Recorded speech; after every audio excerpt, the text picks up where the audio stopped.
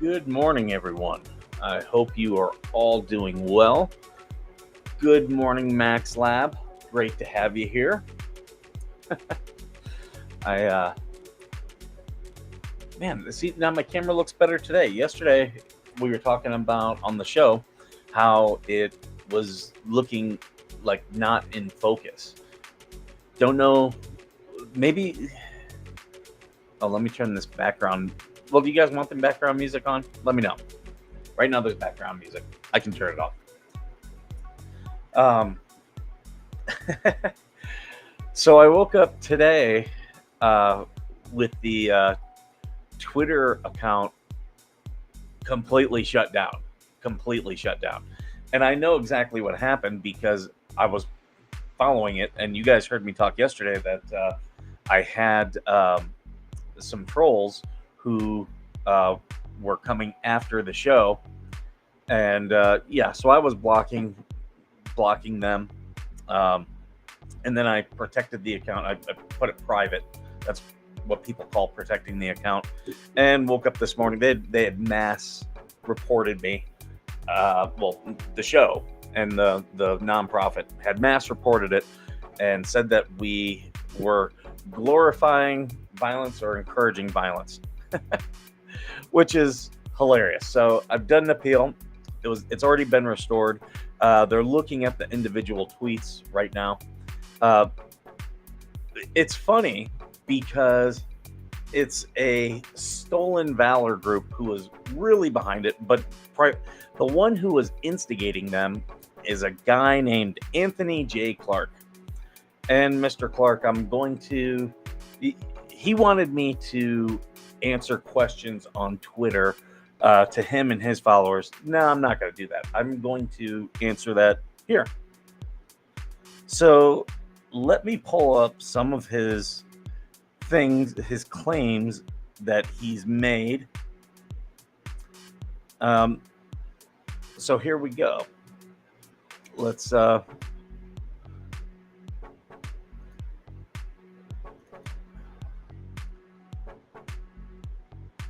right, so let's pull this up. Right here this is him at the bottom down here, Tony Clark. And he obviously posted our 501c3. Like he was asking, are you a real nonprofit? Well, the dude has our 501c3. So that's just a stupid question. You see the 501c3, we are in good standing with the IRS. Well, if he's a veteran, all the money goes to him or him and some personal vet buddies, I'm sure. False. In fact, the most money that I've given has gone, you guys saw on the show, it's gone to the PTO who, put on a talent show and at a school where most of the children, like I believe 70%, I don't have the official demographics, but like 70% of the children come from veteran or military families. So it falls right in with the mission of what we do, because we are here to help and entertain veterans, military, and their families. So I don't make any money off it, but the kids, they made money off it, and that's the most money we've given out. I have been given gift cards. I was given gift cards by an organization that said, we don't want any credit. We like what you're doing. Here's a bunch of gift cards. I gave those gift cards out to veterans as I saw them. I did not ask them anything about their situation. I was just, whenever I would talk to someone and they would tell me they were a veteran, I used to keep them right with my business cards. Hey, here you go. Take this gift card. Have a good one with it. So we've given out gift cards. Beyond that, like, we have raised less than $500. And as I've talked on the show before, we're a small nonprofit. I want us to remain a small nonprofit. This nonprofit cost me more money than what actually I do want to check our channels. Where are we at? So yeah, this cost me more money than actually we pull in, because the website costs money, equipment costs money, phones cost money, uh, internet costs money. So all this stuff uh, that's under the nonprofit, usually I pay for. Yeah, most of it I pay for. Will some of that money that comes in, will it offset? Maybe one day. I don't think I've got money in the account. I don't think I've really touched it for any of the stuff to produce. Maybe actually no, check that. Maybe I think I might have used it to buy the website. So yeah. So that was his first line of questioning him coming after me. Here, I'm going to turn this off. Let's see what the next thing. And here's the thing. Oh, this is, here we go. Hey, Mikey, I'm an experienced, talented investigator and excellent writer. And unlike you, I serve my country and I love it. I hate people who abuse it like this. Sexual predator, I unmasked. You run a scam vet charity. Okay, right there. That is a declarative statement. You run a scam vet charity. That's not opinion, Tony. You're posting that as fact. And this is a screenshot. I've got proof of that. Now, just like Shart, you should always always be wary when people say they're a journalist or say they're an investigative journalist. Oh, I see. Yeah, you've been published in the Daily Beast. Good on you, dude. Good on you. Guess what? I don't care. I don't care, because anything you come at me with, I'm perfectly legit. I've been very open about my nonprofit. We've talked about it here, and the things I do, why I want to do them, how I'm going to do them, all those things. But he wanted me to answer him on Twitter. No. Why would I do that? That is stupid. It offers me nothing. I'm going to answer you on the show. Congratulations, you gave me content. So right here, this is actual defamation, because he puts, you run a scam vet charity. I shouldn't say it's defamation. Hold on. It's on the road to defamation, because this is an untrue statement. He already had my 501c3 paperwork. So to call it a scam charity, me and the IRS disagree. IRS says my charity is good to go. So already we've met one element of defamation. Untruth. It's untrue. He knows it to be true because, again, this is where up here at the top, that's the 501c3 paperwork. So you knew I'm fully registered and everything with the IRS. But yet you're calling it a scam charity. So, okay, you're not doing yourself a good service here, Tony. And I love that he's Tony Clark, because I'm a Detroit Tiger fan, and Tony the Tiger, Tony Clark, was a great player for us. So that gave me additional amusement. Good morning, Chris. Good morning, Cora. So, yeah, dude, you posted knowingly untrue information. As a journalist, you should know you don't do that. I'm a journalist. I have my degree in journalism. I have been published in several publications.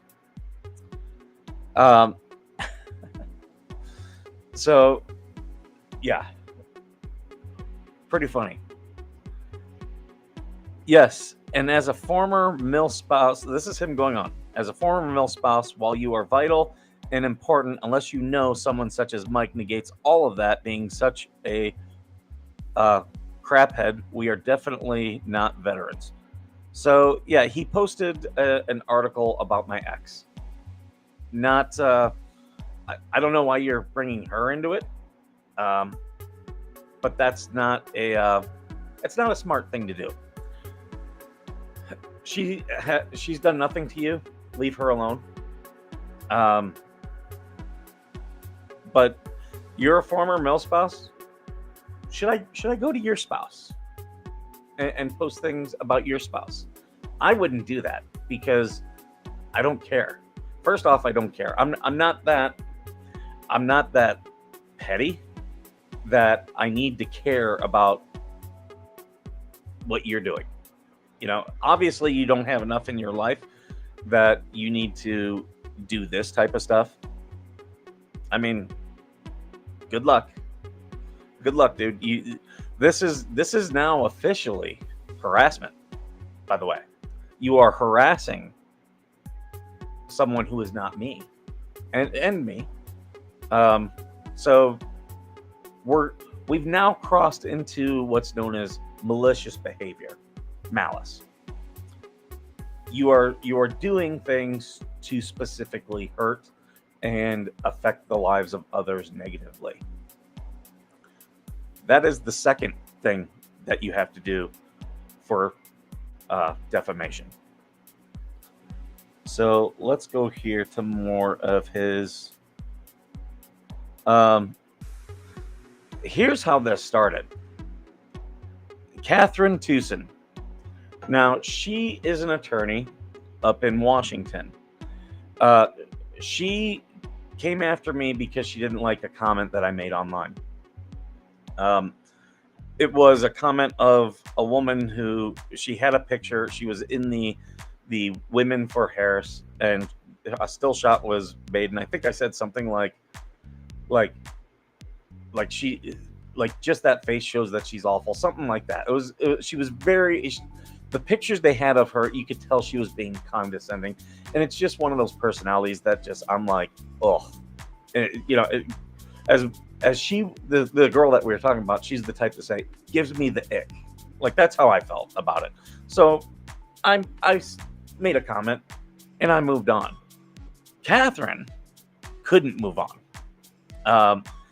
And then Catherine, who has deleted all of her tweets, by the way, she then started asking me how old my child is. What a sick woman. So I made some comments about her. I said, I believe that her kids probably secretly hate her. Because if you're that vile of a person, yeah, your kids probably have some resentment. I mean, would I normally make comments? No, but you came after me. You came after me. So I'm going to match the energy that you bring. And that's what I did. But yeah. Now, what's funny is Tony claims he's a nonpartisan writer. The tweet that he did before this, he was calling Trump a rapist.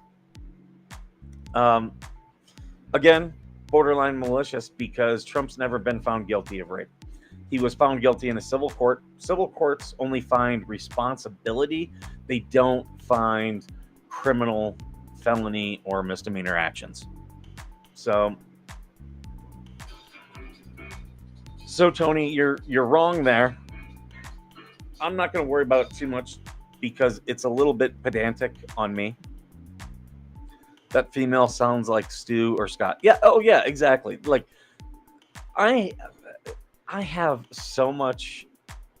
Like, I've come across so many of these trolls that, yeah, like they all do the same tactics. This was cancel culture. They were trying to get me canceled.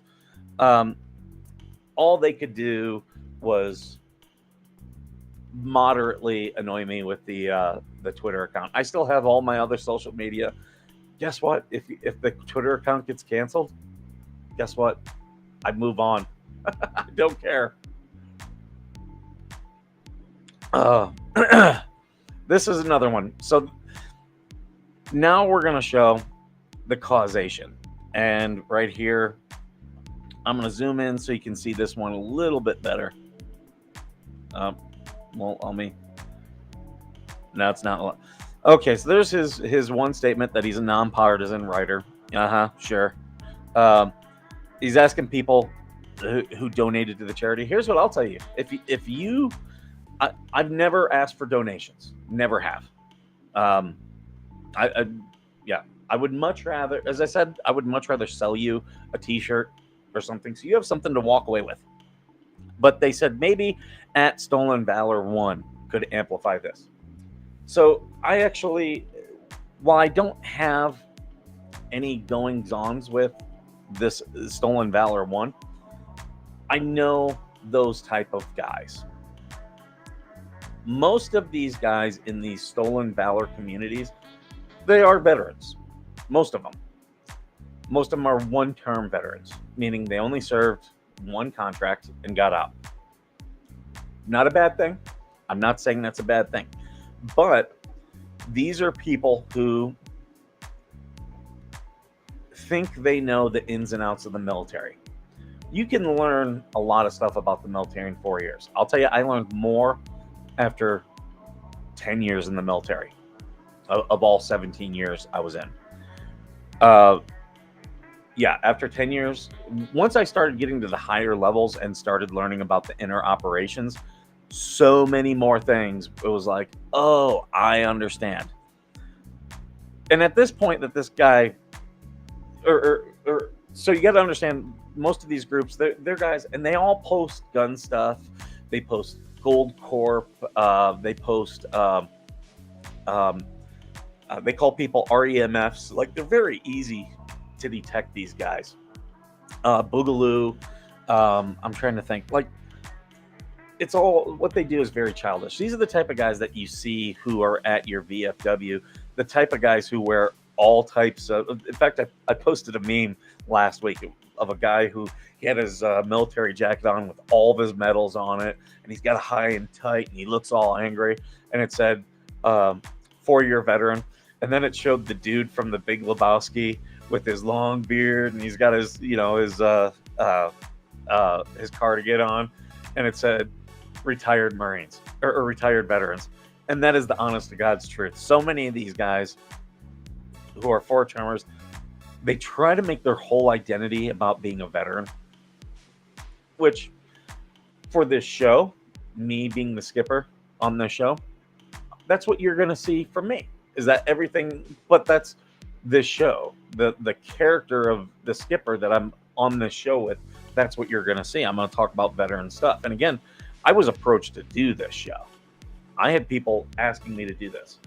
No one, you know, this was not because I wanted to do a Vet Bro show. I didn't want to come on and talk about guns and tattoos and what pussies those guys are. Like, to me, when I see that stuff, I just laugh. I don't like Stolen Valor. Not really sure how to politely ask for a way to verify someone's veteran status. Here's the thing. There's liars everywhere you go. Even people who are in, and I've come across many of these guys in these groups do this. They talk themselves up. And they talk about, you know, they lie about their service. You know, famously, Chris Kyle, the sniper, he went on and told stories about, you know, things that he had done that turned out to actually not be true. The military is a, how do I say this? It's a machismo culture. It's all about sticking your chest out and, you know, putting your thing out there and measuring how big it is. So that's what a lot of these guys do.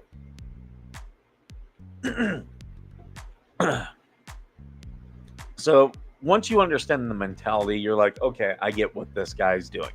And that's with these Stolen Valor guys. And like I said, I've had run-ins with them before. That's what they do. And I just preemptively block them. If you're a Stolen Valor person, I really don't care what you're doing. There are people who are like, well, they're keeping the honor and stuff like that.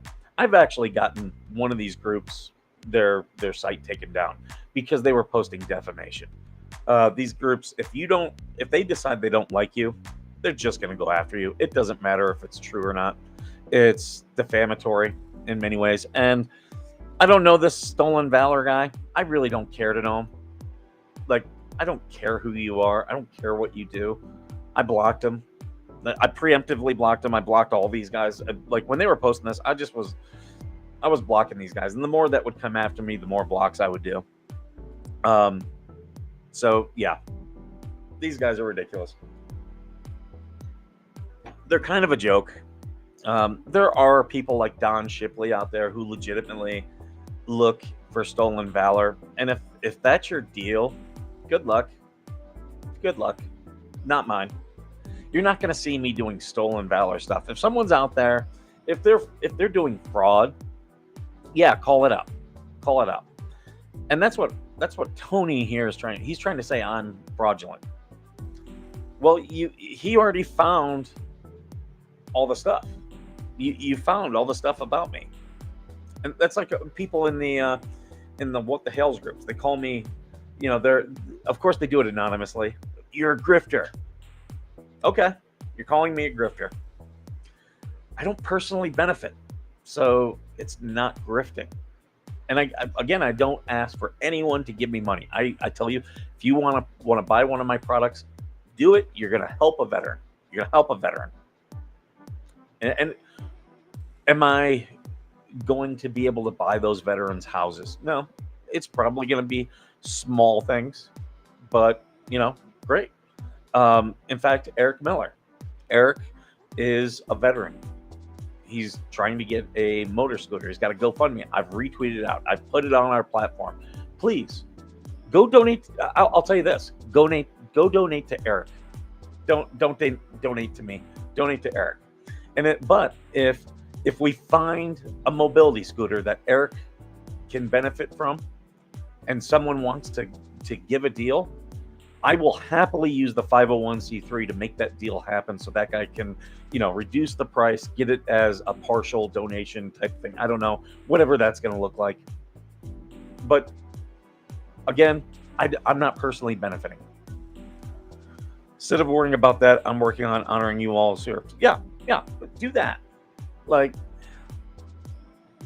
I worked for this Gunny who was very big on stolen valor. And I mean, this guy, and here's where that stolen valor guy, where he did jump in. See below, if anyone donated or bought from this organization, please contact Tony. Found it kind of weird that their page had me blocked and I never interacted with them. Okay. You find it weird. Doesn't mean it's anything wrong. I really don't care about what you do, what you're trying to do. Go away. I'm doing my thing. You do yours. But they didn't do that. Tony kept on.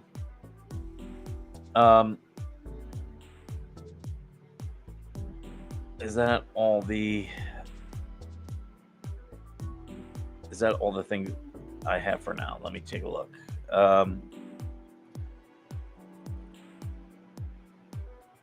So that's the big things. Yeah. So that's my response to Tony. They did some other stuff. They were also posting things about other people involved with Veteran Nation and the charity. Tony, I'm going to tell you this right now. Before I have to get a lawyer involved, you should probably cease and desist. And if you think, well, he can't afford an attorney, I'm not the only one with Veteran Nation. I've got this platform. I'm not the only one with platforms. You should probably be careful. Now, here's one thing I'll also extend them. If you would like to come on to this show, open invite. I'm fair. Oh, the other thing they were saying is that I was doing illegal political activity because I've got the Twitter account. I'm fully in compliance with the IRS's rules. Feel free to report me to the IRS. I know you have. I know the people that I used to laugh at airmen when I would ask for bullet statements for APRs. I told one, damn, you save the world and you are safe. Have a great day, everyone. See you later, Chris. Have a good one. So yeah, Tony, you can come on to this. You can come on to our show if you like. This is the forum I'll answer questions in. You and your people can report me to the IRS. Go ahead. Worst that's going to happen to me is they're going to take away the tax exempt status, and all you've managed to do is just end a nonprofit that helps veterans. So, I mean, good luck. Good luck, and if that's what you want to do, you know, you've got to answer to baby Jesus, not me. So yeah, hey everyone, please share and like this this live. And you know what's funny is especially with the left, this all came down because Tony didn't like my political statements, things I was saying, which I don't even think they're that political. You know, to laugh at women for Harris, they're all insane and annoying, and that's my personal feeling. So if you want to believe that's political, go ahead. If you want to believe that that's against the 501c3, you know, good luck.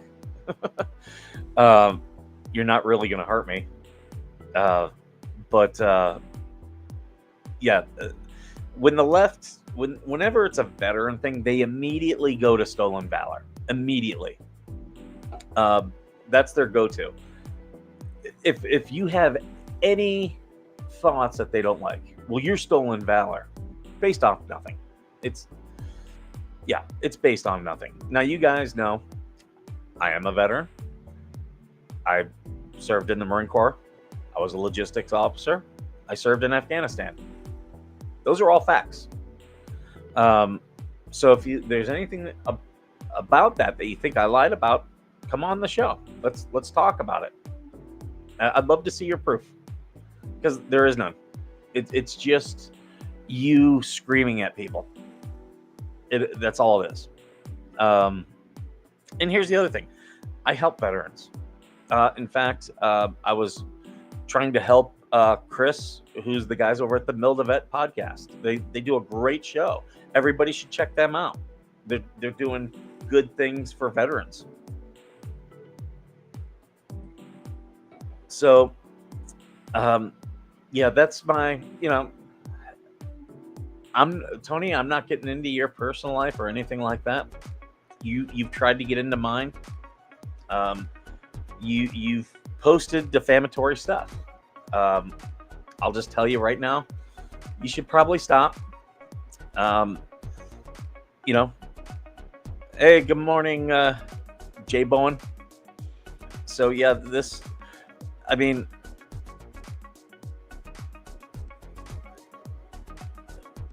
here, I stopped the screen share. So oh, damn it. No wonder why I closed it up. Yeah, so all these people, they're going to go immediately to stolen valor. And just know, if you're a veteran, this is what they're going to try to do to you whenever you put, you know, thought crime on social media. They're going to, if they know you're a veteran, they're going to call you a stolen valor. All it does is dilute stolen valor. Look me up. I only write facts and protect my sources. Tony, you've already said that Veteran Nation is a scam charity after you saw the 501c3 paperwork. Again, where's it at here? Right here. Up here at the top, that's my 501c3 paperwork. That's my letter that says you're a 501c3. And then here he is.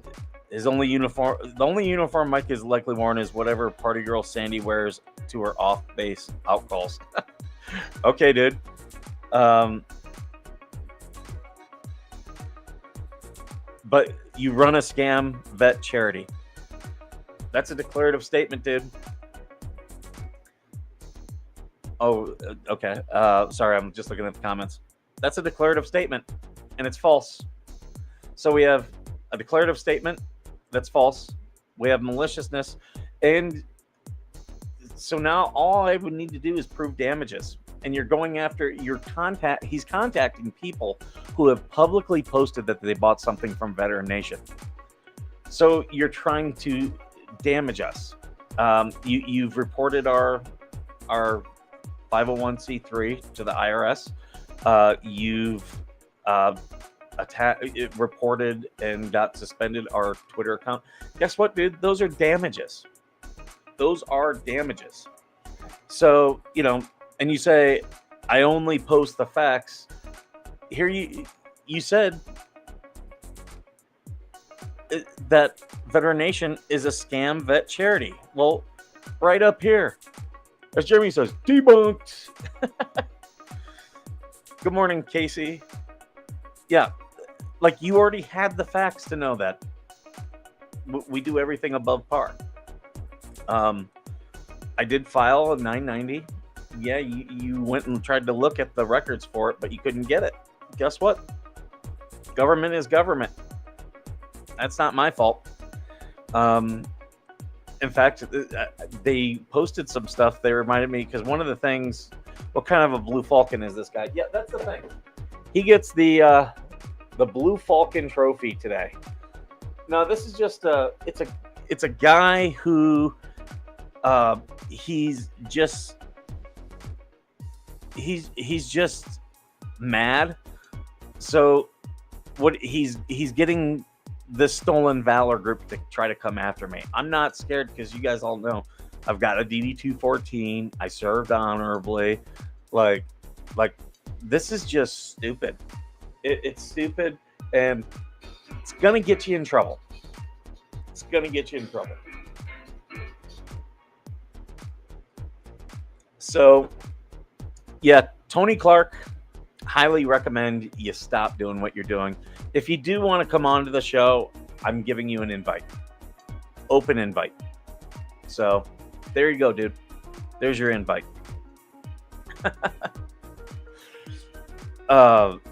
They also were digging into other things, because there's one thing that I do locally. I'm a community leader. I'll say that much.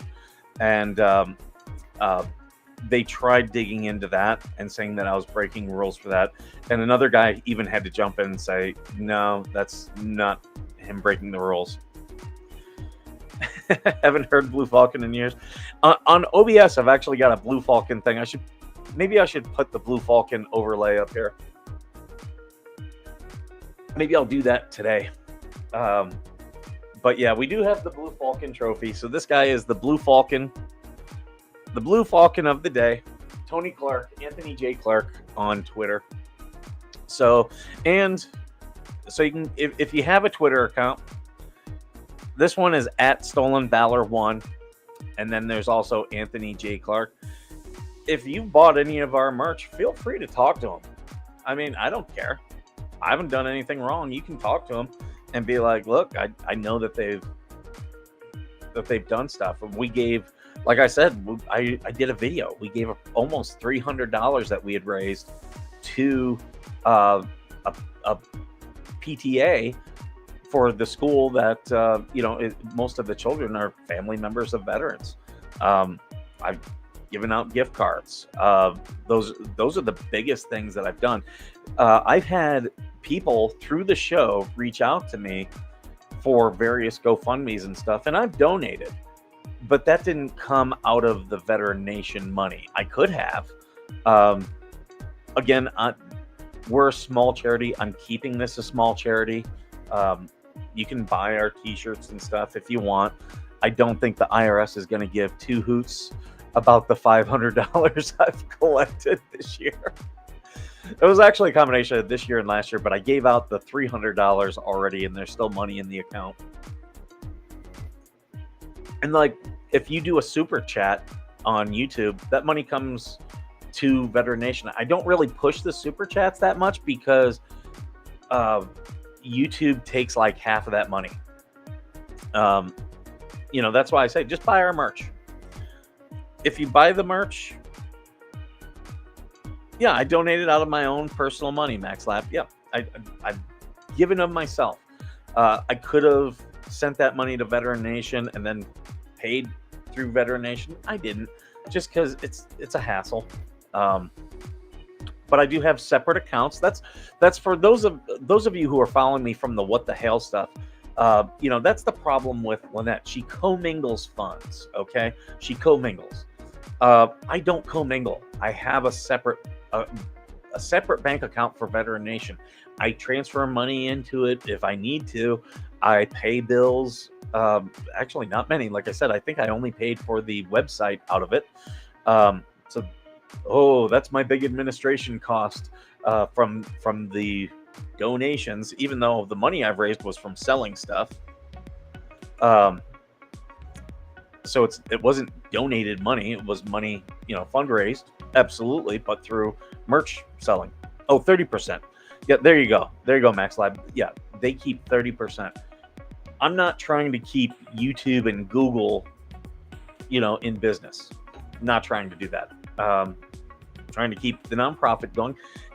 If I eventually have to close up the nonprofit, I don't care. I really don't. These guys are just trying to run me off of. They're trying to cancel me. They're trying to run me off of social media. If you think that'll work, you don't know me. I just laugh because it's all very petty. And you can recognize mental illness. This guy, as much as he was going on, okay, I'm going to give you some insight into the mind. He was hyper focused, the way that I see people with PTSD, and the way even I will get hyper focused on things. That's a sign of mental illness. I see it all the time in the Facebook groups of What the Hales. All the people posting anonymously. They're hyper focused. I'll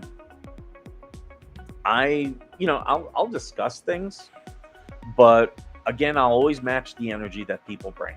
And like someone posted a picture on one of those groups of a dude mowing his lawn in a thong, an old guy, and his thong is showing out like a tramp stamp, and they tagged my name with it, and it was sent to me. And I just laughed. I was like, okay, if that's what you're gonna do. And I just replied, I was like, you desperately want my attention, because that's all it is. It's a need to get my attention. I don't care. I can laugh. And these guys were getting really mad as I was blocking them, because like with one guy, he was trying to get me to answer questions, and I was so if you're going to ask me questions, I'm going to match the energy you're bringing. So I'm going to ask you questions. So I asked him before I blocked him. I said, when you go to the Pride Parade, does your dad hold up a sign that says, "I'm proud of my gay son"? That's you come at me, I'm going to come at you just the same exact way. And that's why I laugh. Like that Catherine Tucson, the lawyer from up in Washington. Like, okay, you're an attorney and this is what you do? You're probably not a good attorney, because attorneys are busy. They're busy. Speaking of attorneys, I am going to be contacting today. I've already reached out to him. He said he would do it. I'm going to try to schedule Mark Feather to come on. Attorney Feather. I want to have a discussion with him about the corruption in Otter Creek.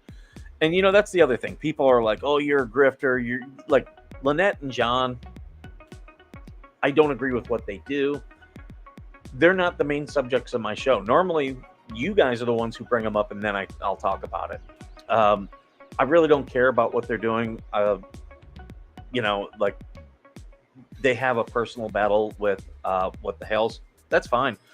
I get more concerned about the corruption aspects. The town of Otter Creek stealing water. The sheriff breaking the 14th Amendment and not the sheriff and the DA not prosecuting crimes that have been completely caught on video. Those are the problems. That's why I write letters to the governor. That's why I write letters to the attorney general and the Department of Justice, because those are things that matter. John, Crook, and Lynette are just a couple of drug addicts who have mental illness and you know, have to put their opinions online, have to, and need attention, and they're seeking glorification. They're seeking, people, being like, yeah, and they're seeking money, and they commingle their funds. That's the other thing.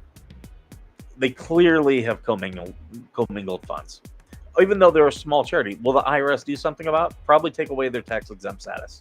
Probably. We'll see. We'll see.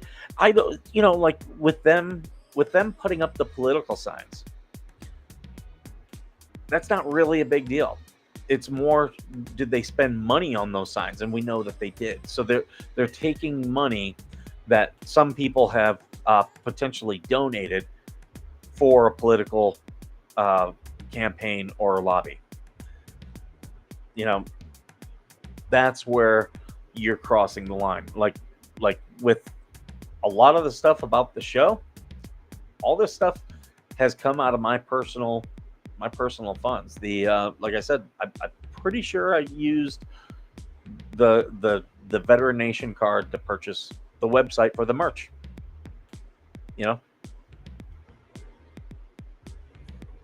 So there you go. And if the IRS wants to, take issue with that, go right ahead. Take issue. Take away the tax exempt status. You're not hurting me. I'm still going to keep doing what I'm doing. The day they lose their 501c3 is going to be a great day. They're just not smart enough to run it. And that's the other thing. Here in California, there's things that you have to do as a nonprofit. And they were like, he's not listed as a nonprofit in California. He's an LLC. Guess what? In California, when you form a nonprofit, you have to form it as an LLC. Well, you don't have to have it as an LLC. It has to be formed as a company.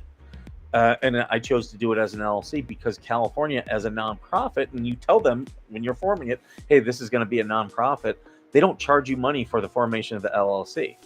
And I do have to, I've got several months to go.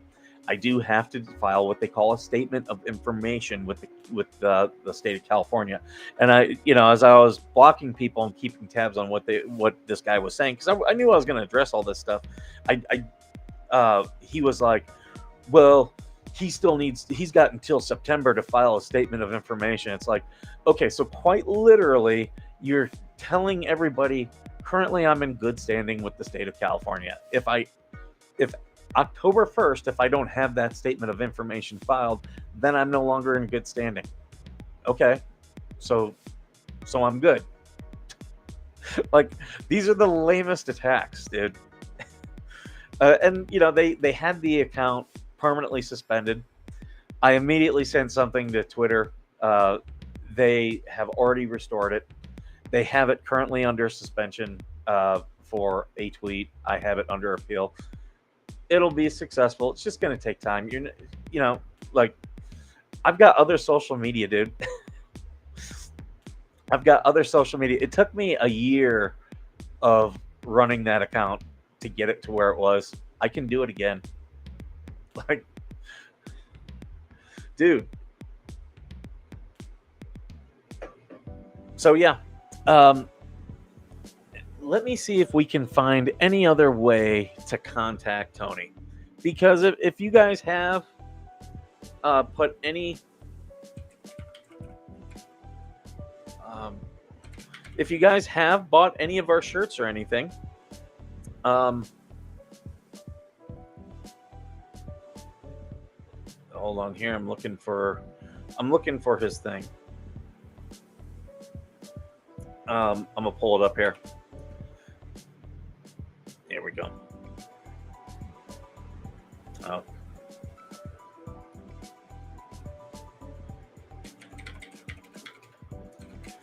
I'm trying to see if there's some way you can obviously, he's at Anthony J. Clark on Twitter.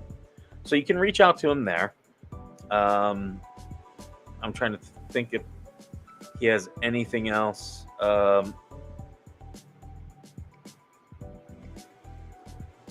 There's something here on C-SPAN. I don't know if this is him. I didn't look too far into him. I just was taking him at again. I was taking him at his word for the things he was posting. Maybe it's true. Maybe he's lying. I don't know. I don't know if this is him or not. Don't care. Like, go to, or actually here. Let me see if I can pull it up here. Boom.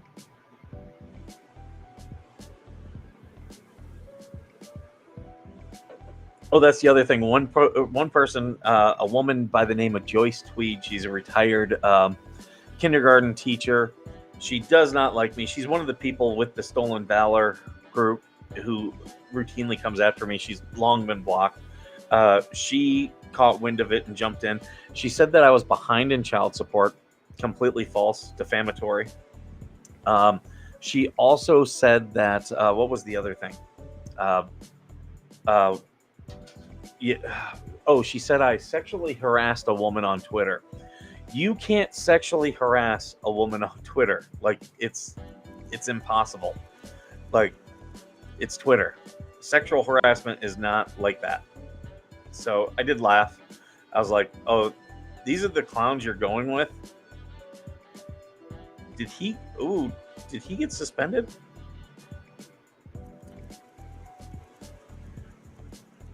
Oh, Anthony may have lost his account.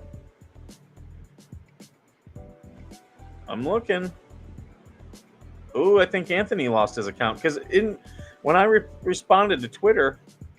Oh wait, no, he didn't. It's here. I did put, his stuff. Writer, publisher, former congressional staffer, executive branch civil servant. Second edition of my book on presidential records and libraries, NARA, out soon. Okay, so the dude's a bureaucrat. He claims to be a veteran. He may be. Also claims to be a former military spouse. Again, he may be. Don't know. Don't care. But reach out to him. Apparently, Twitter is the only way that you can reach out to him. So reach out to him. Feel free.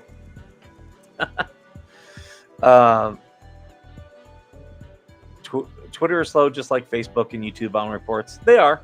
They're better. They used to be really slow, but they are better now. So good on Twitter. They've gotten better.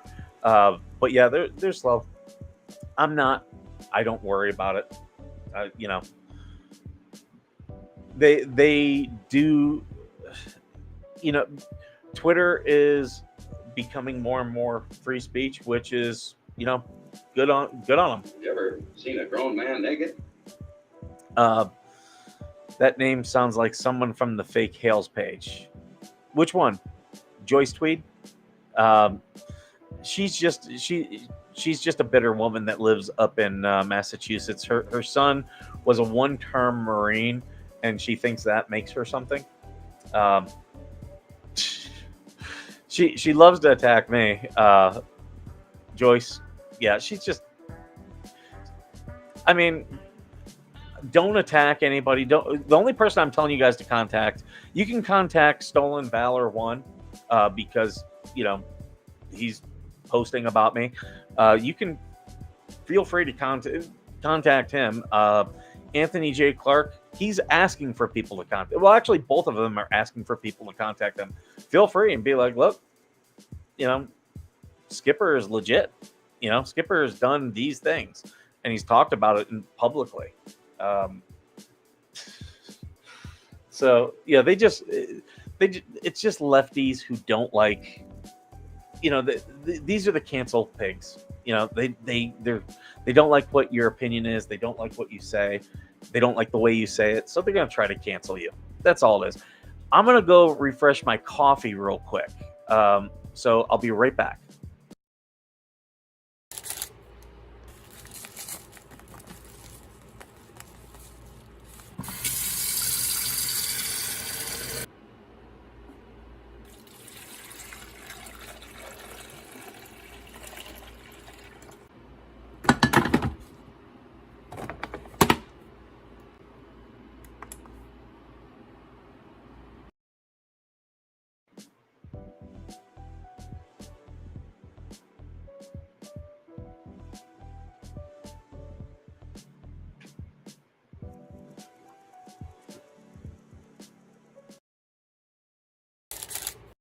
showed once. I apologize. I thought it would. I thought it would go continuously.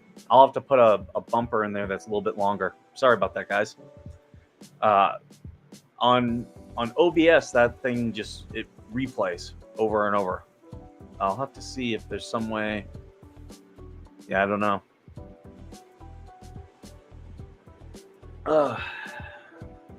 But yeah, so I'll be reaching out to Attorney Feather, trying to get him to come on. We're going to talk about the corruption in Otter Creek. He's a former judge, so I'm sure he's got some very interesting opinions on it. And I think that'll be a good discussion. I do know Jeremy's got some interesting things coming out. You live now? Yes, I am, Scott. Sorry if you saw the empty chair. I put the bumper to play, and apparently it doesn't go on loop, which I thought it did. Yeah, I think Mark Feather, he was a good interview with Jeremy, and I want to, I'm not here to discuss the drama of Jeremy and, Lynette and John Crook. I am here to fight the corruption and the harassment. Obviously, I'll talk about the harassment and the things that they do, but I think Mark Feather is going to be a great person to talk about the corruption and the way things are done in Otter Creek, Florida. Good morning, brother. Old age makes the brain play games. Mark Feather is a good lawyer for sure. Yeah, he is. He is. I can tell you this right now. Jeremy's attorneys are good attorneys. We talked about Sean Martin, who was the one who represented Lynette. I believe he's a good attorney, but he's taken some bad advice from people like Shart and MLS. MLS has a clear bone to pick with Jeremy. Apparently, there were you guys know this more for sure because you guys have followed this closely. But Jeremy did an interview with MLS, and it was a Lego stream where they were building Legos, I believe. And Jeremy then said, "Hey, I don't want that up. Take it down." I've got TC. I don't know if TC will be able to come on.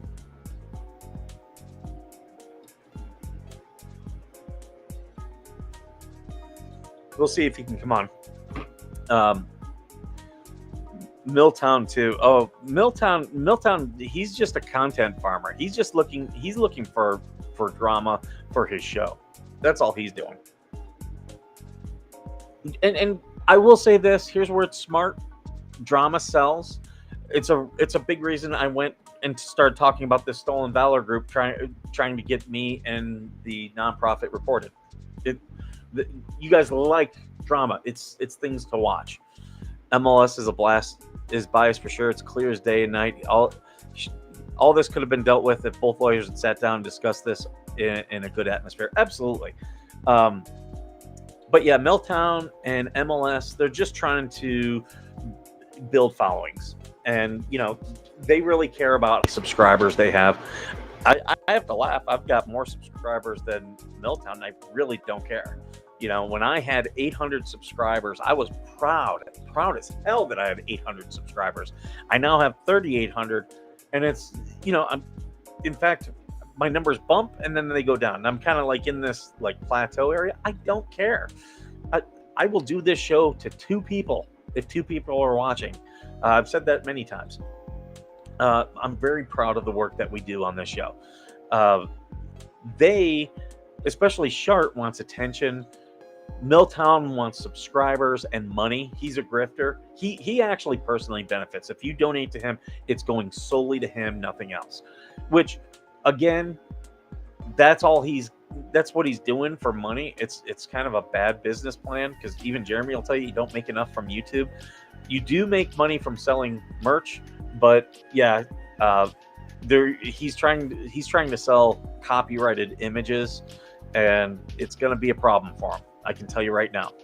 This Shara mixing with town hall and water issues, with the other. It makes no sense to me. You cannot mix the two in one. And brother, am I loving your live? Oh, thank you. It seems to be they're all on YouTube. Yeah, most of the people watching are on YouTube. I do know that I get people who come in here from Facebook because I do see the numbers. Right now, we're about 50-50. And yeah, when I'm on Twitter, which right now, suspension, which will be lifted, I'm confident. Hey, Flippin' Adventures, good morning. Welcome. We're talking, I had a Stolen Valor group come after me. Apparently, I didn't spend 17 years in the Marine Corps. And they also claimed that I was a Army veteran. So I just laugh. Oh, you mean Shar and the lawyer? Yeah, they're all in on YouTube. You're absolutely right. MLS, he's just mad at Jeremy because Jeremy had that stream taken down. Sean Martin, I think, is a smart guy who was just lied to. And I think sitting in court, I think he realized, yeah, okay, I will. Deanna, if you would like to join me on stream, let me know because I'll send you a link. I was just talking. I've already reached out to Attorney Feather. I'm going to have him on. We're going to talk about corruption in Florida and Levy County, just whenever he can come on the show. Who is that? Thomas Collins chat, by the way. Thomas Collins. Okay, another grifter. Thomas Collins lives in LZ, which is the unincorporated town right next to Otter Creek. He had a YouTube channel. It really didn't do much, but he was one that when Jeremy started talking about the town hall meetings and stuff, he jumped in and was trying to farm that for content as well. He's since been trespassed from town hall because he for some reason does not like Belinda and has gotten he's made threats. You can't get trespassed from a public building, especially a government building, unless you've broken the law. And if he's made threats or done some type of harassment, that would be why. I think Sean Miller's kind of regretting being Lynette's attorney after that court hearing. I think you're going to see him silently and slowly walk away. You have Bruce, I always forget his last name, Maslan or something. He's a labor attorney. They have made posts claiming to be Shart's attorney. This isn't the best time, but thank you for the offer. Anytime you want to come on. I did see your email too, Deanna, so I do need to respond back to you. I've just been incredibly busy. Today I'm taking the day off, so disappears into the, yeah, he's going to disappear into the mist. Yeah, that Homer Simpson fade in the back. In fact, if one of you, let's create that meme, Homer Simpson, but we'll put Sean Martin's face on it of him fading back into the hedges. That's going to be Sean Martin. I think that day in court, he realized, I want no part of this. Because I have listened to him speak, and he seems like a pretty intelligent guy, pretty intelligent attorney. So, yep, you did have the correct email. I am bad about... I check it every day. I am bad about responding because I'll read it and then go do something and forget about it. It's my ADHD. I get the squirrel moments. So I did see it. I am going to respond to you. Yeah, we had the same picture. Yeah, let's make that meme today. That'll be hilarious if we can make that. Because yeah, I think that's 100% what's going to happen. All these other attorneys, notice how he screwed up. He should have known to contact the court and say, hey, I'm going to be acting as their attorney. It was probably a last minute thing. He probably said, if you can't find or get the money for an attorney, I'll represent you. And then at the last minute, of course, Lynette, who we know is not a proactive person, probably was like, I'm going into court and I don't have anybody. And he probably was like, fine, I'll go, knowing that he was going to get schooled by the judge, and went into court. And yeah, please give George a hug. Yeah, George is back. So yeah, give George a hug for all of us. Tell George we all love and support her.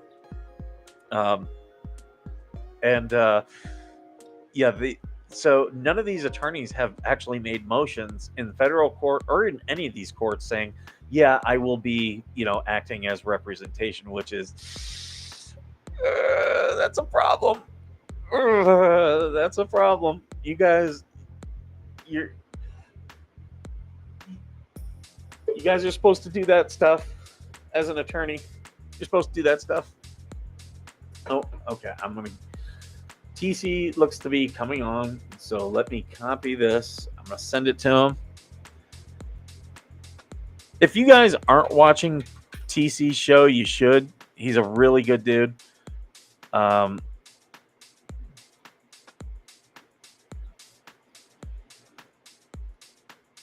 love TC.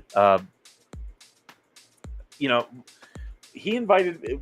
We became linked because he invited me on his show, and then I went on and had a good interview with him.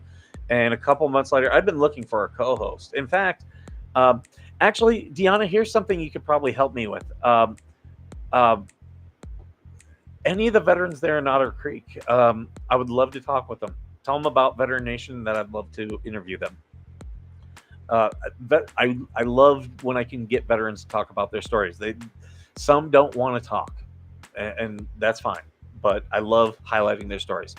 One thing I do not understand is that thing going on, considering all the evidence, the facts exist, including the weapons, etc. Why not get them to and JH as well to do a voluntary poly test? First question would be, LP, did you lie about the bribe? Polygraphs are...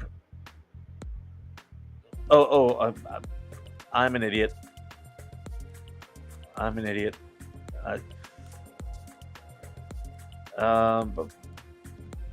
There we go. I sent him the link to the live stream. That's what he was looking for. He's not coming on.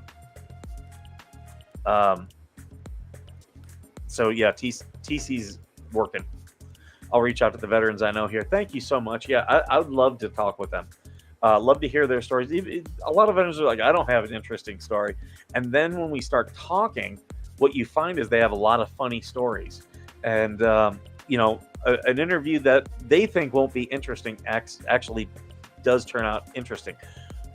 Okay, I'm going to show you guys something that I always wanted to be of a journalist and doing this show.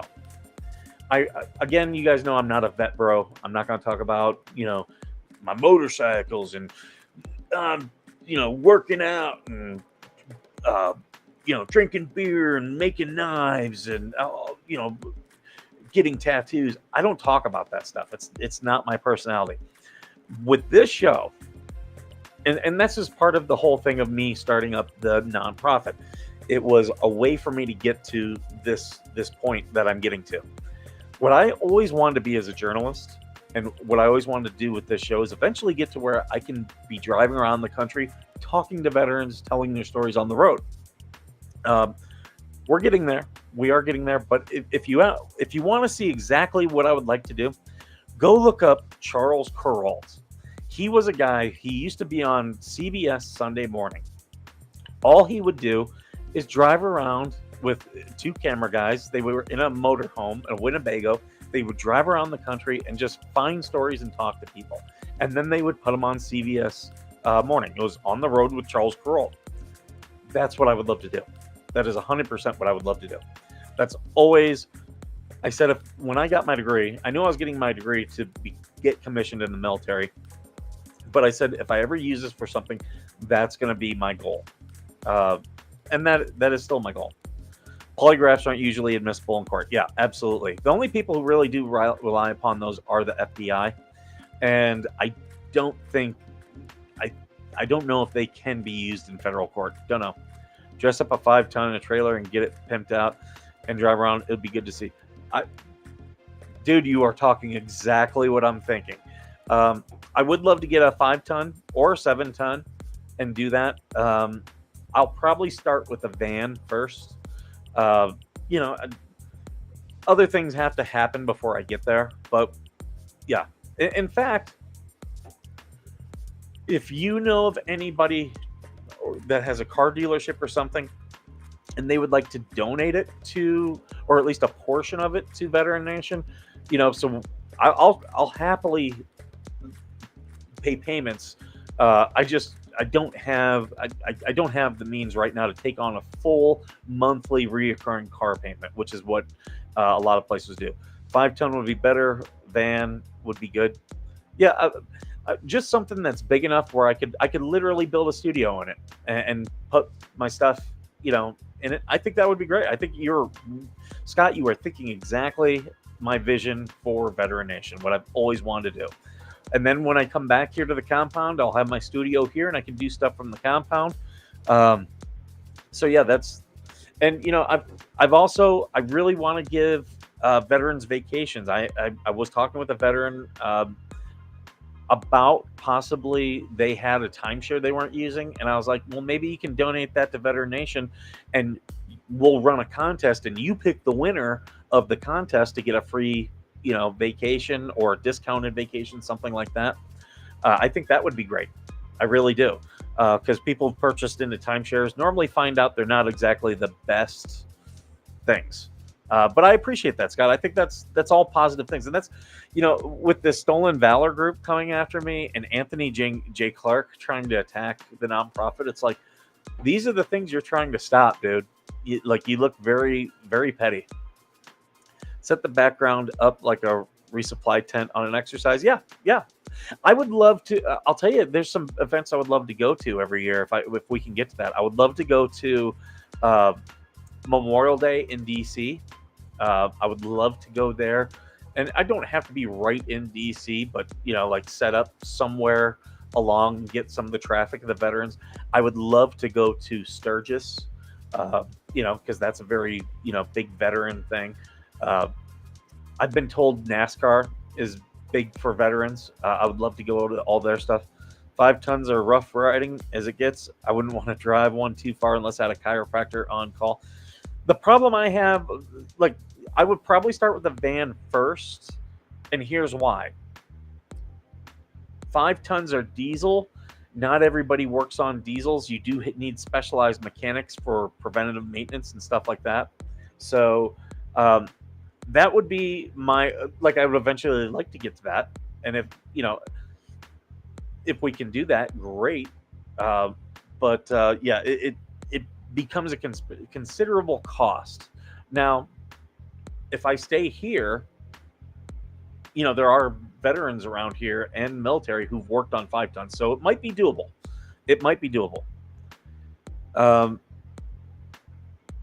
If you've been in the forces longer than 10 years, then you're already broken. So what's a few more pups?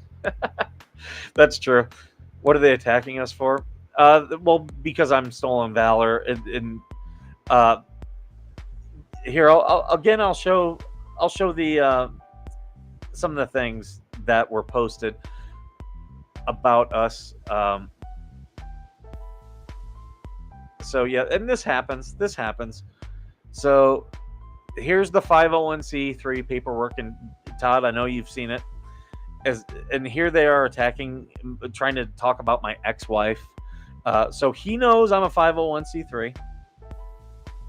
And here he is calling us a scam vet charity.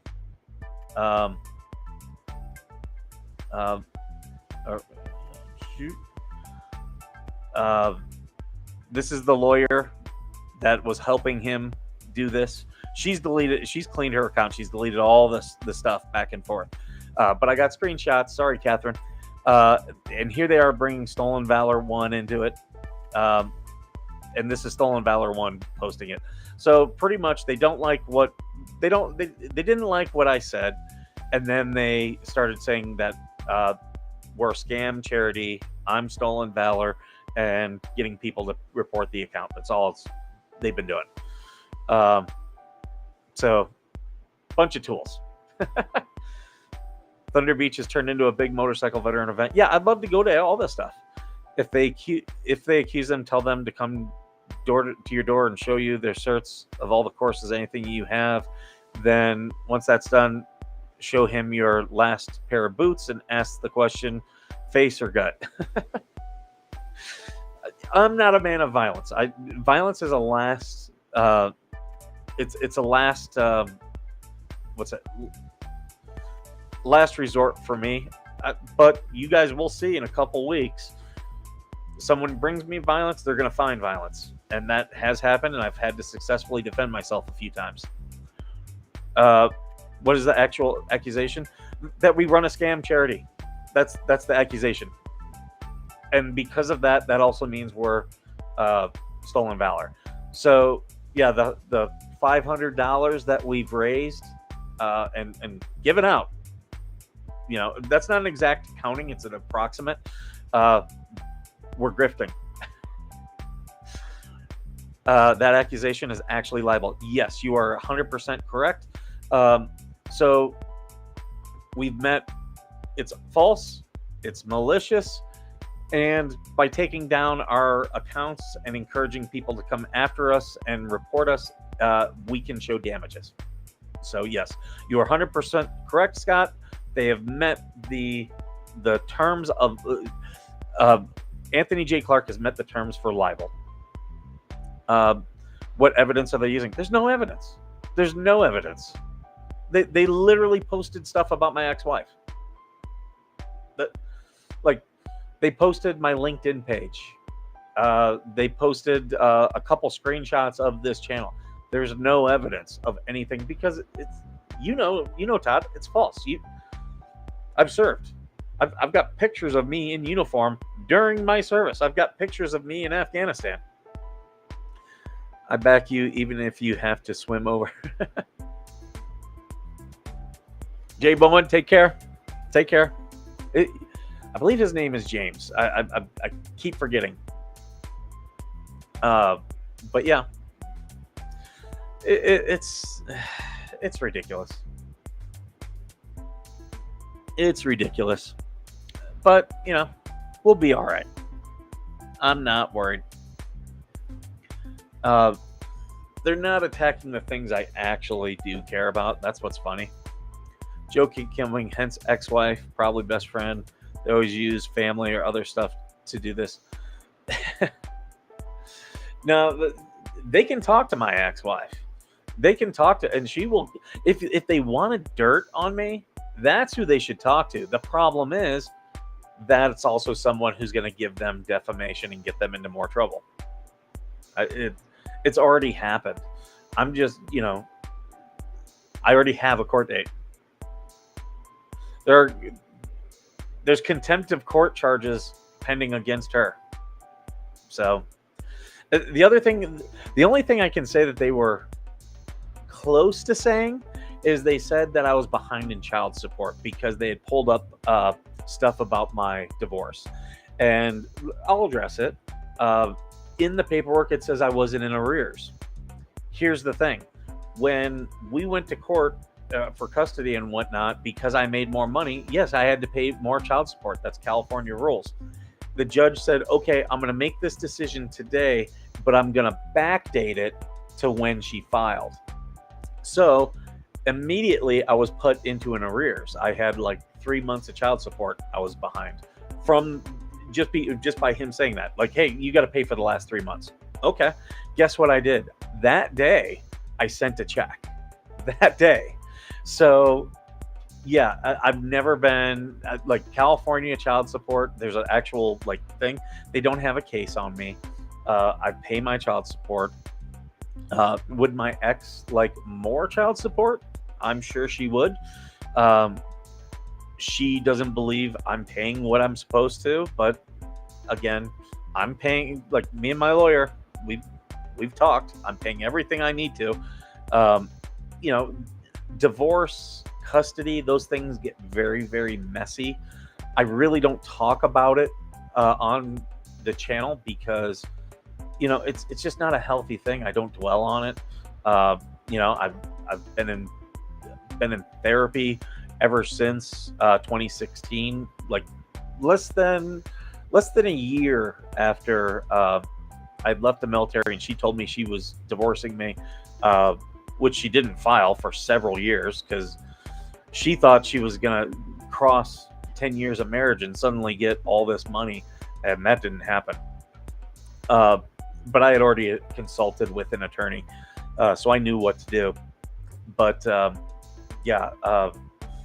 I immediately had gone into therapy and started talking to people about what was happening.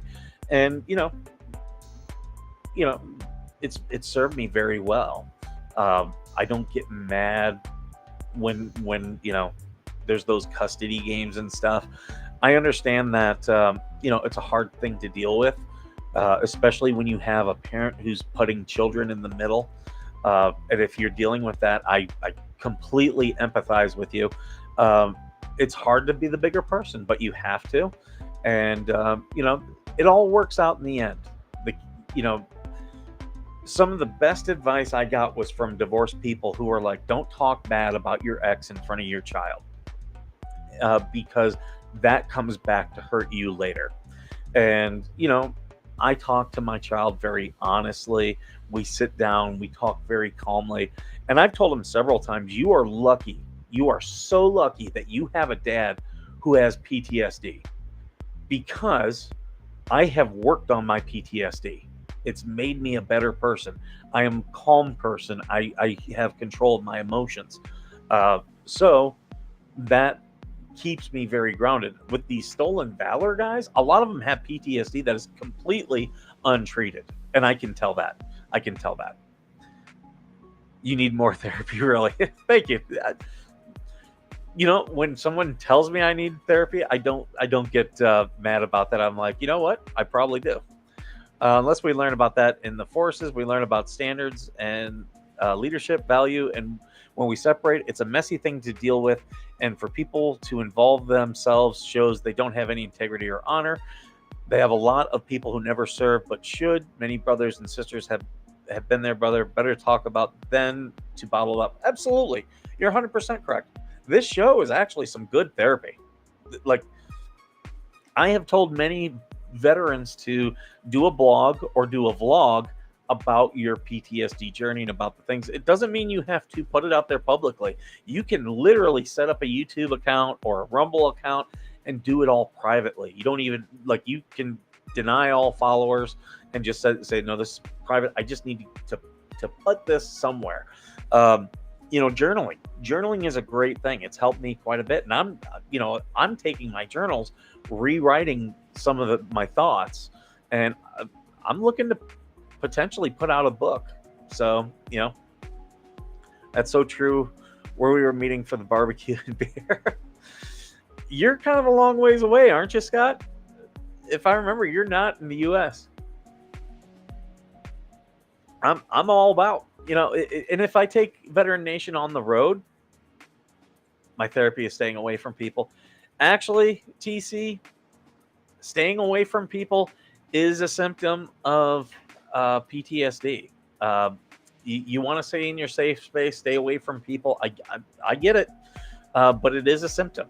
At the end of the day, the only people who know and can help about PTSD are other troops, as we all know what it feels like. Yeah, and that's the shame of these stolen valor groups. Same thing with some of these service organizations. Like if you have a VFW or an American Legion or an AMVETS or a DAV that's very cliquish, they can do more harm than good. It's supposed to be these places of camaraderie where veterans get together, but yeah, you'll get these guys who are like, that guy's a effing poser and that guy does this, and it becomes incredibly destructive. I did some things with a local service organization during COVID to help them keep their doors open, and I did it with a female veteran who I think the world of.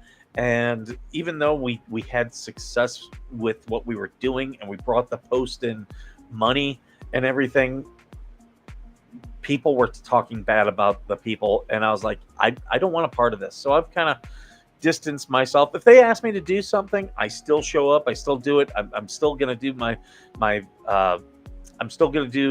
volunteer and stuff, but I'm not gonna get into the whole thing of the Mean Girls Club. Divorce is always difficult, even when it's amicable and parties remain friends. Emotions are always controlled outwardly.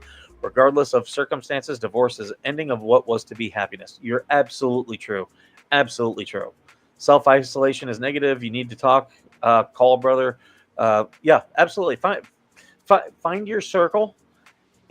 Find your circle of people who you're safe with and go out and do things with them. Like, you don't have to, I'm not saying go out and be Mr. Society. You have to force yourself to go out. And like, much like me and TC with this show, we've now created this circle of veteran YouTubers, and it's a good circle. Excuse me. We have a good circle, and we're doing positive things. We're doing good things. And I can tell you, every single one of us, with maybe one, we all show signs of PTSD. Once you get on that thing and you start doing the work, like, now I can see people who are going through some type of mental issue from a mile away, and you can see it in the eyes. And I try to reach out and help people like that. And most times, as I've said this, most times they're not ready to be helped. But it's that reaching out that's important, because you hope that when they get to the point where they're ready to reach out, that you doing what you did helps them reach out to someone, whether it's not you or someone else, that they do reach out. Sadly, I got PTSD from my horrible stepdad. Yep, absolutely. I still can't talk for shit. Type. Here's one thing. Going through with therapist, as I'm, was going through custody issues and a divorce, my therapist said something that, we were talking about how all this affects the children. And here's what my therapist said. Most people have a sane parent and a crazy parent, and they end up just fine. The ones who have a problem are the ones with two crazy parents, or where the crazy parent's the only one that's really in the picture. Those are the ones who really will display issues. And she said, for those who have a sane parent and a crazy parent, those children learn coping skills. Now, my parents are still together today. In fact, they just celebrated their 49th wedding anniversary. So very early on in my life, I learned what a healthy relationship looks like.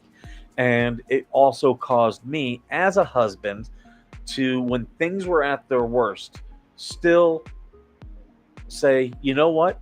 I don't care how bad things are. I'm still going to be here. I'm going to be a husband. I'm going to be a good dad. And despite everything that happened, I look back and I'm actually very proud that I thought that. And, I had people who were like, you need to go and take that bitch for every dime you can. You got to get, fight. I didn't want that. In fact, I moved out of this town away so that there could be some healing. And unfortunately, it didn't happen. But I look back and say, you know what? I did make the right choice. I was trying to do the right thing. And when I make decisions, I do think about, as a father, what does this decision mean? That doesn't drive how I decide things, but it's something that I take into account.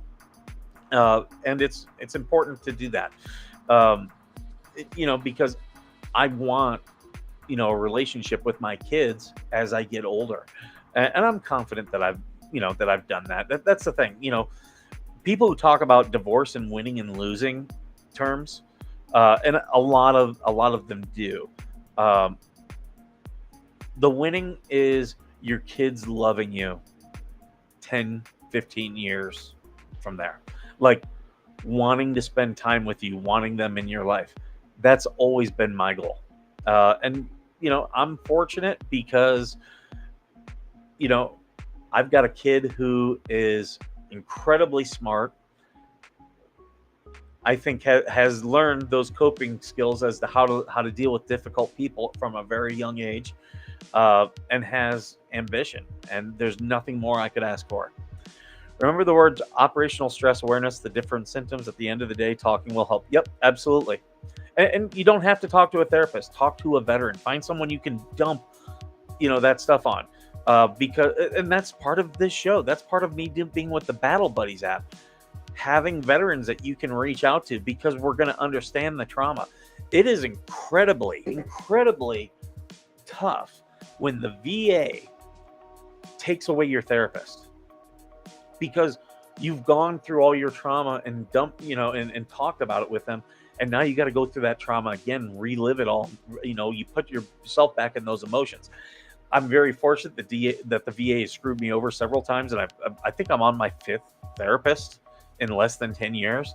Uh, but it's caused me to like keep pressing those nerves. It's like an open wound. You keep pressing, eventually that nerve is going to desensitize, and that's what's happening. Now I can start talking about this stuff, and the effects that it's going to have on me are incredibly low. And if they do affect me, I know what I can do to, uh, lessen the load of them.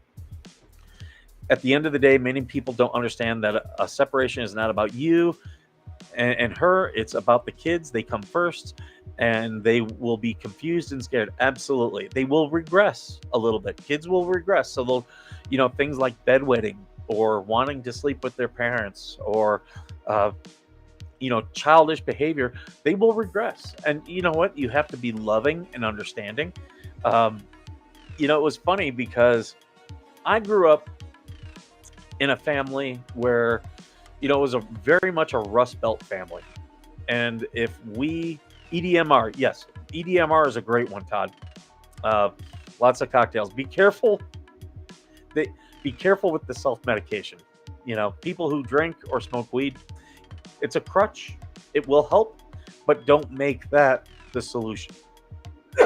Because it's not, and the problems will still exist and they'll still be there. And then you don't want to be in a bad situation where that comes to light. That's the only thing I'll say. But I did do that. I didn't become an alcoholic.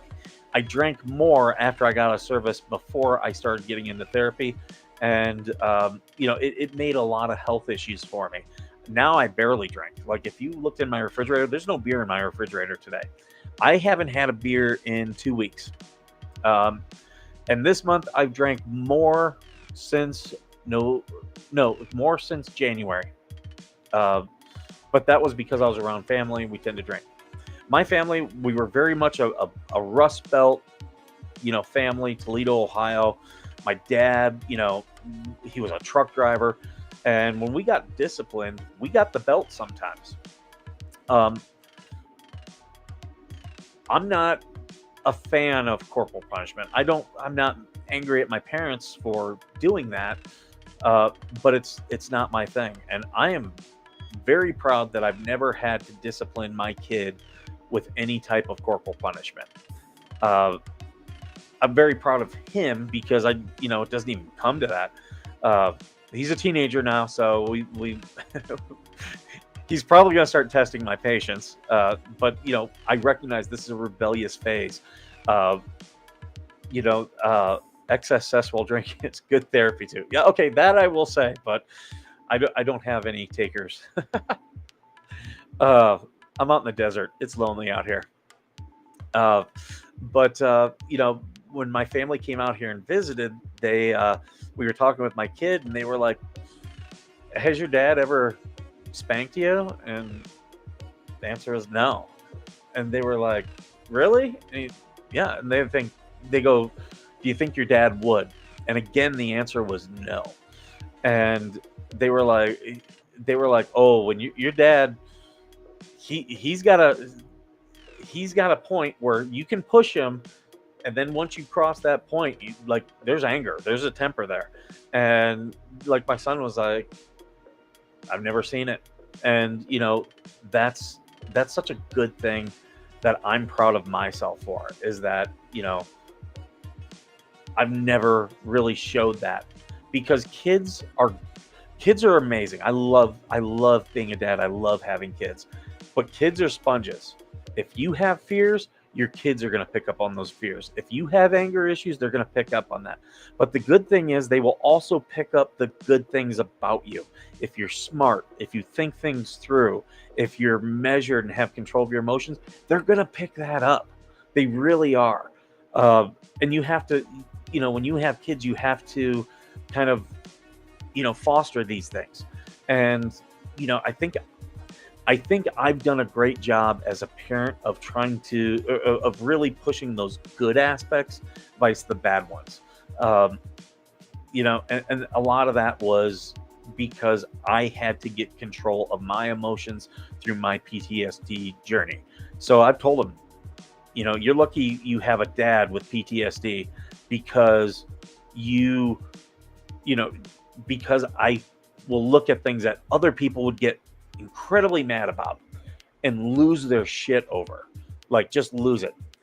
If you educate and give the child the correct information and raise them correctly, voice is all you need. When my girl was growing up, that's exactly what I used, my voice. I always got the belt and refused to do that to my kids, and now my girl is a mom and a vet doctor. That's great. That is, you should be proud as a dad of the job that you did. Not just be proud as your kids, but be proud of you for what they did. There's a certain point where you have to kind of let them go, and and let them be who they're going to be. But if you've given them good tools to deal with the world, then and I'm very confident that my child, and if I have any more children, I will give them the tools to operate well in the world. And I'll give you a quick story. I'm levitating, brother. That's good to hear. Good to hear. A couple years ago, we were taking a plane, and travel is very stressful to most people. To me, I love traveling, even when it's, things like, okay, yeah, you get the plane on time, gotta have this.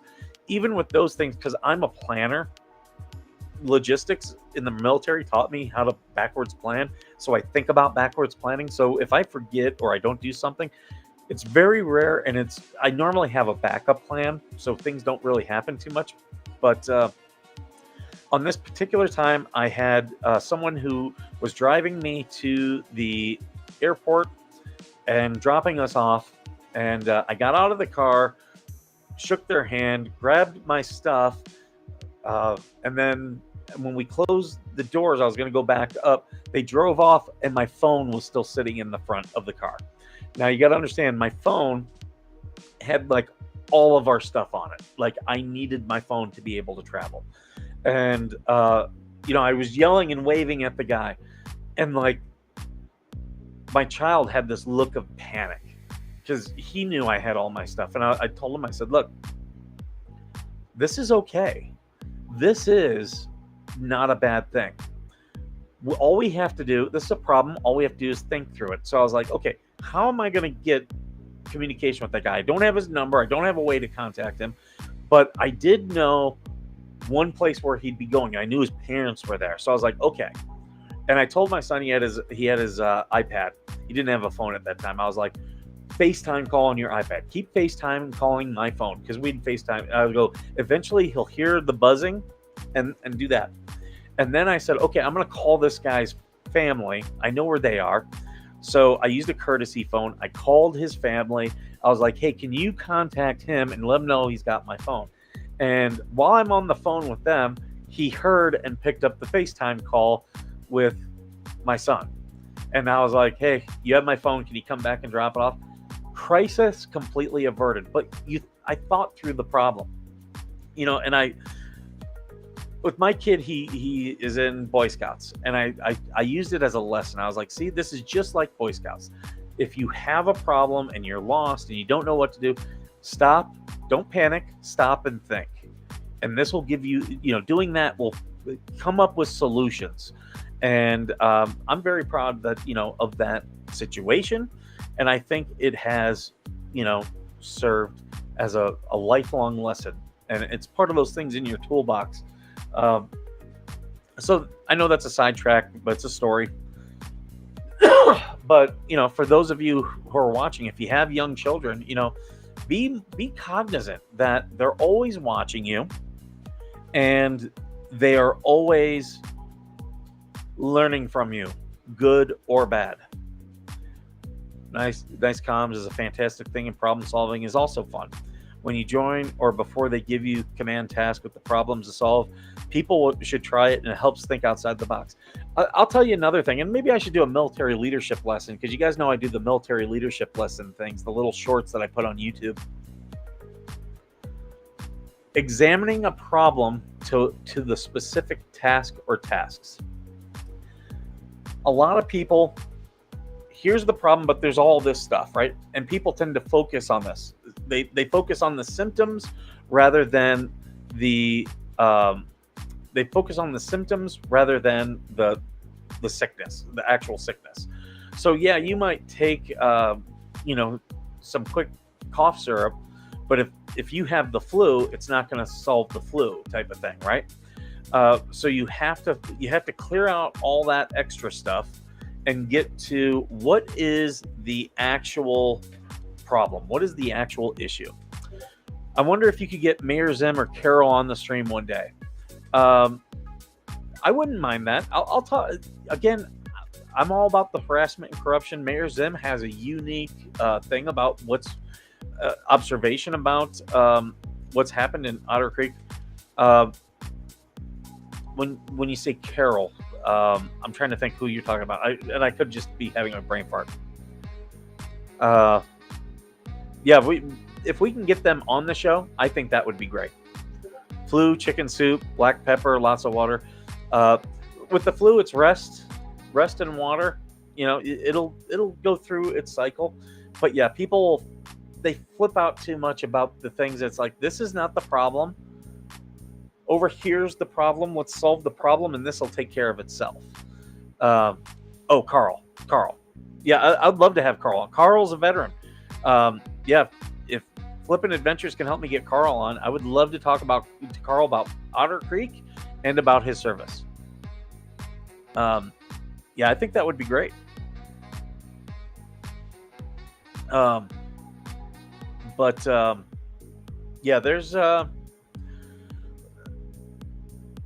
and then I'm glad we had this stream because I can highlight the good and bad about doing a show like this. The bad is you'll get, these stolen valor people, these, pseudo journalists who attack you, and all they're trying to do is disrupt your life.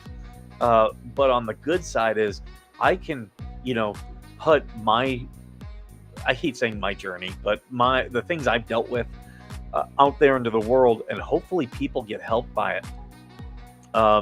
South Fast Carl was with Wes that day. That's not a warrior on call. Well, true. I don't subscribe to Wes's channel. I don't know if I should. A lot of people have been attacking Wes.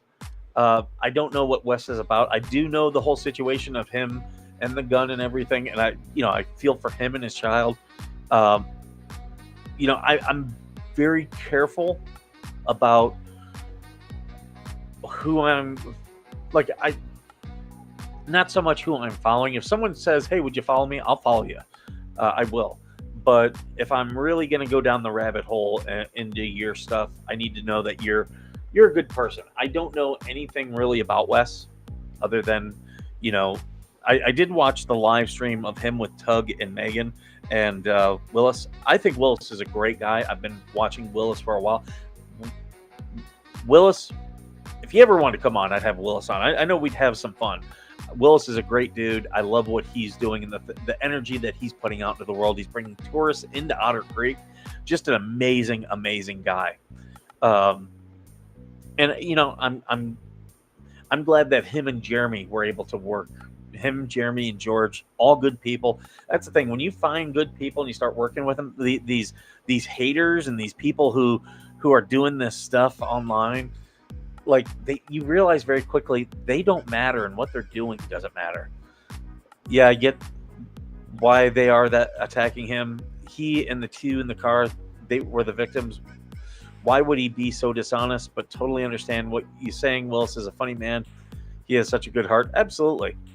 And I always forget Willis's girl. Is it Julia?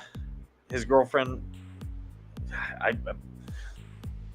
I remember faces. I don't remember names. I've had people come up to me and they're like, I recognize their face and they'll be talking to me, but in my head I'm like, okay, I know you from somewhere. I just can't place it, and I won't address it. And then they'll be like, you don't remember me, and I'm like, just refresh my memory, and they'll start being like, oh, we talked here, and I'll be like, oh wait, yeah, we talked about this and this and this. Yep, totally remember you. And they're like, wow, okay, now you remember. It's like once that connection goes in my brain, I remember everything. Julia, okay, yeah, I wasn't sure, and that's why I say these things out loud to remember them. I would hug them, may not go for a while. Is that type of person. He has an aura of positivity and love. Yep. I've sent him money, not through the charity, but I have sent him money to help with the festival. Happy to do it. Former bike stunt rider. Yep. I did see one of those shows. I don't know if he was in it though.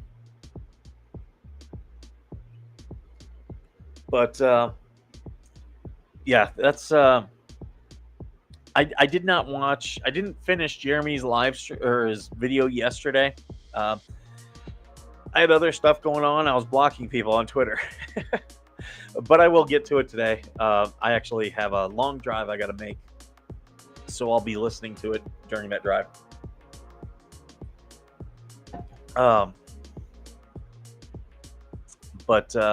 Yeah. So. Wow, we've been going for almost 2 hours. Not bad. I do need to. I stink. I got to go get a shower. Not sure if he was part of Nitro crew or not. There was a monster crew that had come onto the base that I was stationed on one time. I remember. I don't remember. Oh, Metal Militia. That was the name of it. I don't know if he was with them. The phone calls are damning to say, at least in the pattern. Oh boy. Hey, we have a phone. As you just saw, it just went by on the screen. If you have any questions, concerns, jokes, prank phone calls, please call our number and leave us a voicemail. We did that last night on the live stream. I'm clipped it. It's going to go out probably later on today or tomorrow. I don't know yet. But it was fun. It was fun going through it. Me and Todd. We did it completely. We hadn't listened to anything. It was all raw. So you're getting our raw reaction. Wondering what that smell was. Yep, it's me. It's me. But fun stuff. I'm trying to think what else. I'm looking.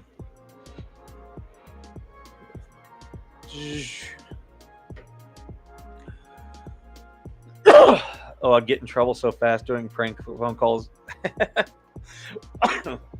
As you can see, we have a lot of fun on Veteran Nation.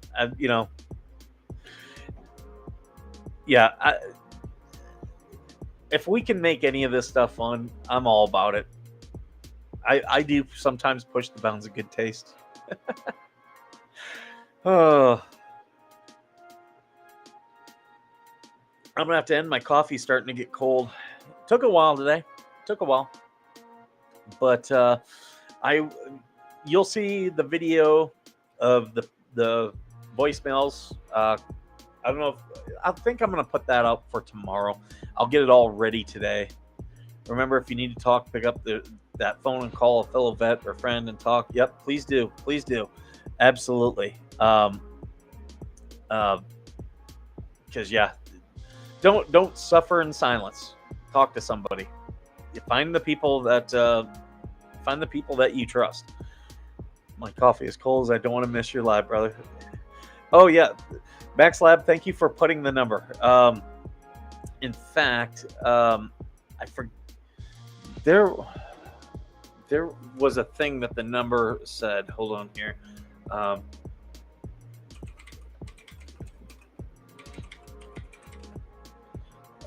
Here, let's see if I can do it. I forget what it was. It was Vet something.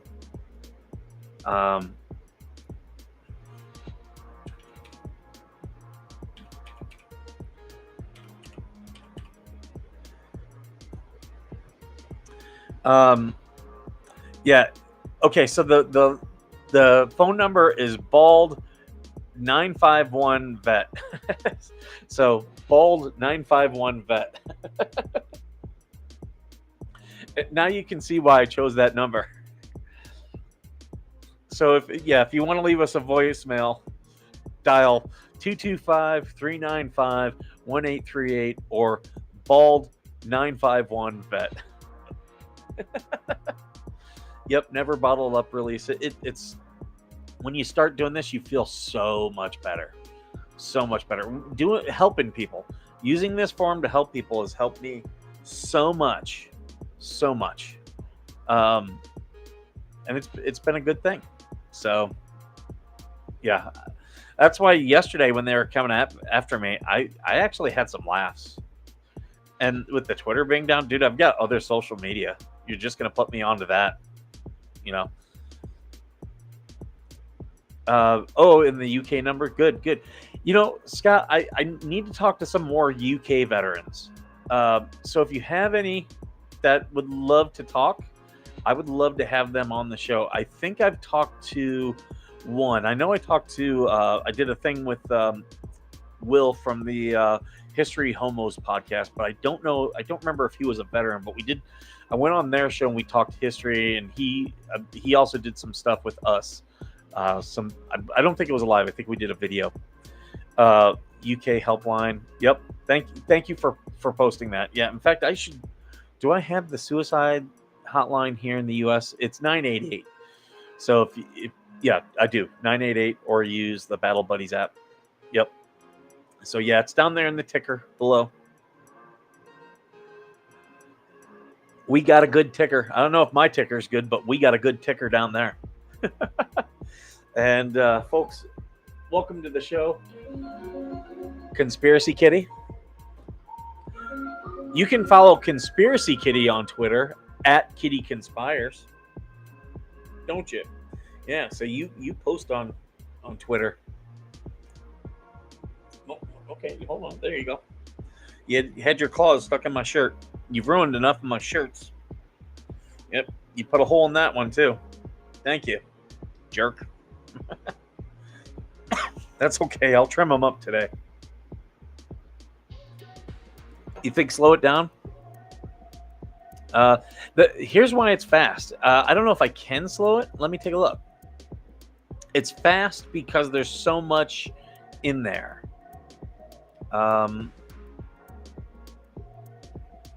Let's see. Okay. Yeah, it all goes by the speed, or I'm sorry, the amount as to how fast it goes. Yeah, it doesn't give me an option on here. Now, if I were on OBS, there I definitely have the option for speed, without a question. QR codes, there you go. There's our QR code. You can support our nonprofit. Now, it does have this thing here that says donate. Well, it's up there. I believe it's under the logo. We don't ask for donations. That's an automatic thing that it puts up. Nothing I can really do about it. Yep, support our nonprofit. On OBS, you can stretch it out a little. Yep. So, yeah, I don't know if... I'm not seeing any way to slow it down without cutting stuff out. But... actually here, let me see settings here. General, virtual background. No. Yeah, I don't see show graphics on top of cards. Does not give me a speed. Yep, no speed.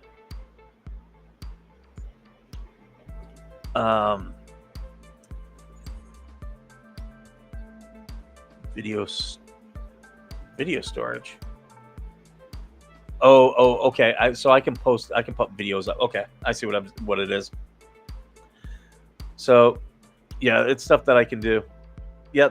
So if you buy any of the merch, and like, I've got some things on there. Like if you buy our logo shirt, that's really affordable. I think that's only like $12. I barely make any money off of it.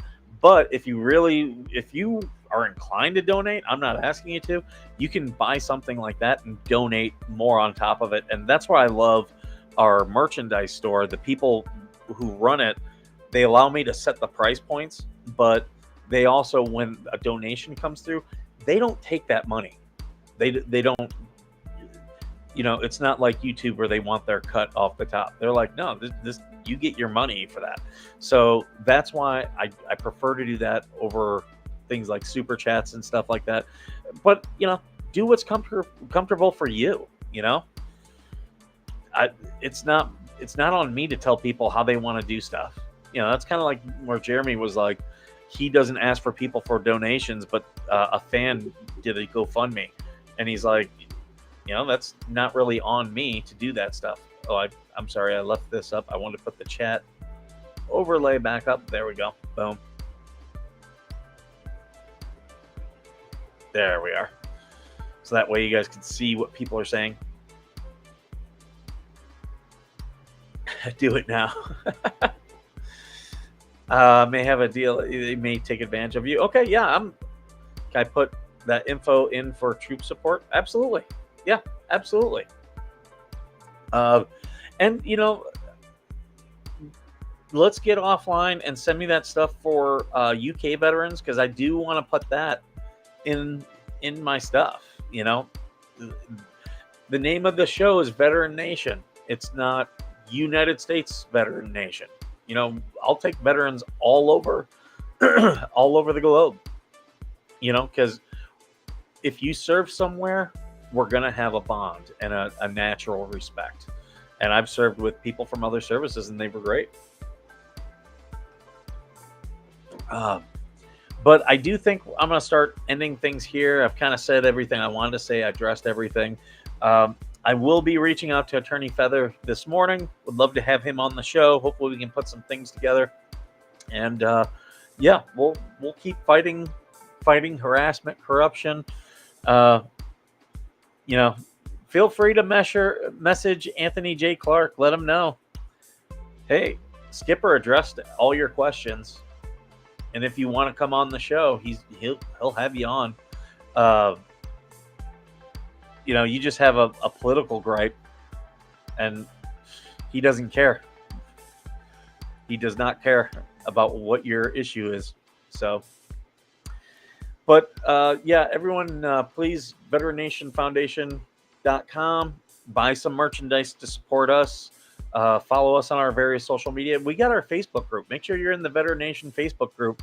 I do post things in there, and that's an easy way for people to talk without it having to be direct message or anything like that, where if you want to get it out to people but you don't really want it out everywhere, that's a good place to do stuff like that.